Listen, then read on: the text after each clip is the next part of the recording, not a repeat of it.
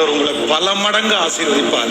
நான் இன்று முதல் உன்னை ஆசீர்வதிப்பேன் அப்படின்னு சொன்ன அந்த வார்த்தை இன்னையிலிருந்து உங்களை அப்படியே ஃபாலோ பண்ணும் அப்படின்னு நான் உங்களை பிளஸ் பண்றேன். So God bless you. ஒரு சின்ன குழந்தை பிரதிஷ்டை அது மட்டும் பண்ணிடுவோமா? வாங்கப்பா. இந்த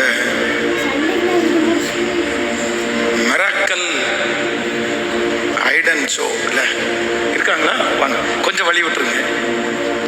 ஸோ இந்த அம்மா தான் 30 கிலோ ஆன அம்மா, 33 கிலோ.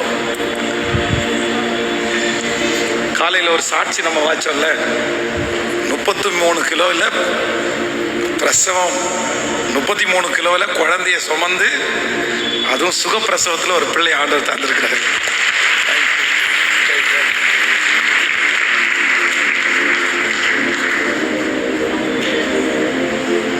குழந்தை நல்ல வெயிட்டாகவே இருக்குது.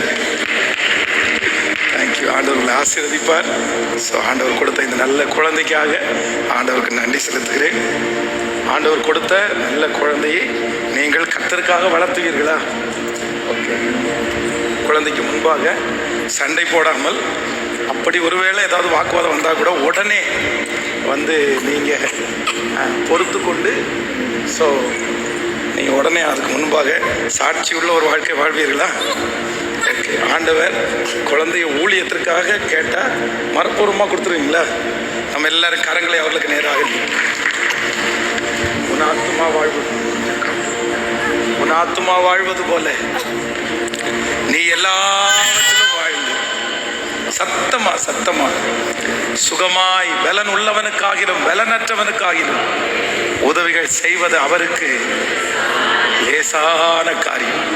பலவீனமான இந்த சரீரத்தை கர்த்தர் தெரிந்து கொண்டு அதுக்குள்ள அவருடைய ஜீவனை வச்சு வளர்த்து சுகமாய் பெத்தெடுக்கிறதுக்கு உதவி செய்திருக்கிறார். உங்க பிள்ளைங்க 2 பேரும் ஆசைப்பட்ட அந்த ஊழியத்தை எங்க மகன் மூலமாய் கர்த்தர் செய்து முடிக்க போகிறார். பிதா, குமாரன், பரிசுத்த ஆவியின் நாமத்தினால மிராக்கிளின் ஐடன் ஜோ அப்படின்ற பேரை சூட்டி எல்லாரும் கரங்களை தட்டி வளர்ந்து பெரியவனாய் உமக்கு ஊழியம் செய்ய, உமக்கு ஒரு பெரிய பாடல்காரன், ஒரு இசை கலைஞனாய், ஆண்டவருக்கு பிரியமான தாவீதை போல பிள்ளையை ஆசீர்வதியும். இந்த குழந்தையை வளர்த்தக்கூடிய சகல ஞானம், கிருபை, பலன் என் மகனுக்கும் மகளுக்கும் கர்த்தர் திரளாய் தருவீராக. இரு வீட்டினுடைய குடும்பத்தையும் ஆசீர்வதியும். இயேசுவின் மூலம் பிதாவே.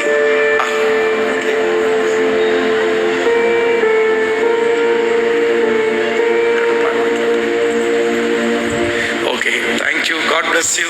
ஆண்டவர்